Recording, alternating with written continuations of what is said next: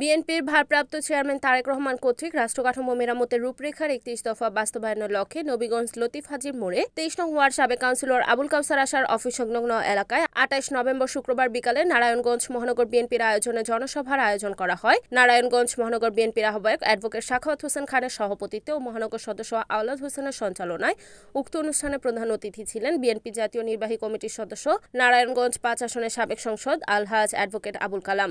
এতে প্রধান বক্তা ছিলেন বিশিষ্ট শিল্পপতি ও নারায়ণগঞ্জ মহানগর বিএনপি নেতা আবু জাফর আহমেদ বাবুল। বিশেষ বক্তা ছিলেন নারায়ণগঞ্জ মহানগর বিএনপির যুগ্ম আহ্বায়ক আলহাজ আবুল কাউসার আশা। বিশেষ অতিথি ছিলেন বন্দর থানা বিএনপি সাধারণ সম্পাদক নাজমুল হক রানা, সাংগঠনিক সম্পাদক নাসির উল্লাহ টিপু, নারায়ণগঞ্জ মহানগর মহিলা দলের সাবেক সভানেত্রী আয়েশা আক্তার, সাবেক মহানগর বিএনপি দপ্তর সম্পাদক আক্তার হোসেন খোকন শাহ, ১২ নং ওয়ার্ড বিএনপি সভাপতি মোহাম্মদ বরকতুল্লাহ সহ বিএনপি এবং অঙ্গ সংগঠনের নেতাকর্মীরা উপস্থিত থেকে হাজার হাজার নেতাকর্মী নিয়ে উক্ত জনসভাকে জনস্রোতে পরিণত করেন। আপনার উদ্দেশ্যে বলছি, যতবার ভাঙার চেষ্টা করবেন ইনশাআল্লাহ আরো দ্বিগুণ শক্তি দিয়ে যতবার ভাঙার চেষ্টা করবেন ইনশাআল্লাহ তার চেয়ে অনেক শক্তিশালী ভাবে এই রাজপথ কাঁপাবো। কারণ আমাদের শক্তি টাকায় না, আমাদের শক্তি ভালোবাসায়। আপনি টাকা দিয়ে কিনেছেন, আমরাও কিনেছি ভালোবাসা দিয়ে। আসেন দেখে যান ভালোবাসার জোয়ার।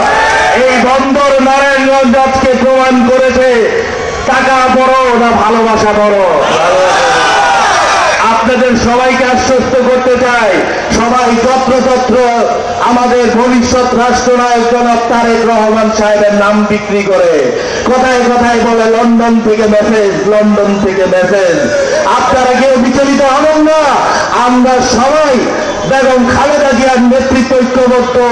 যাদের আজকে বিএনপির জন্য অত্যন্ত মা কান্না হচ্ছে তারা আসলে হচ্ছে মালে, বলে না তারা হচ্ছে মালে। তখনও শিল্পপতি পছন্দ ছিল, কারণ ছিল মালে। এখনো তাদের শিল্পপতি পছন্দ হয়ে গেছে সব হয়ে যাচ্ছে মালে। এমন একটা মধুর কথা বলার অনেক কিছু ছিল, সময় স্বল্পতা। প্রথমে বন্দরে যারা আজকে সবাই উপস্থিত আছেন তাদের কাছে ছোট একটি প্রশ্ন করব। আজকে আরেকটি সভা হচ্ছে না আমাদের বন্দরে, যেখানে কারা নির্যাতিত নেতাদের নাকি ক্রেস্ট দেওয়া হচ্ছে। এটা তো সবাই জানে নাকি? আপনারা বলেন তো, আমরা যারা বিভিন্ন মেয়াদে কারাভোগ করেছি, জেল জুলুমের শিকার হয়েছি, শারীরিক নির্যাতনের শিকার হয়েছি, আমাদের জন্য কি ক্রেস্টটা বেশি জরুরি, নাকি আমাদের নেতৃত্ব যে দিবেন, আমাদের অভিভাবক যিনি হবেন তিনি নিজে একজন জেল জুলুমের শিকার, একজন কারা নির্যাতিত নেতা আমাদের জন্য বেশি জরুরি? আগের থেকে আমাদের দেশ নায়ক তারেক রহমান সাহেব একটি কর্মসূচি আমাদের মধ্যে বাস্তবায়ন পাঠিয়েছেন, সেটা নিয়ে আমরা মাঠ পর্যায়ে রয়েছি।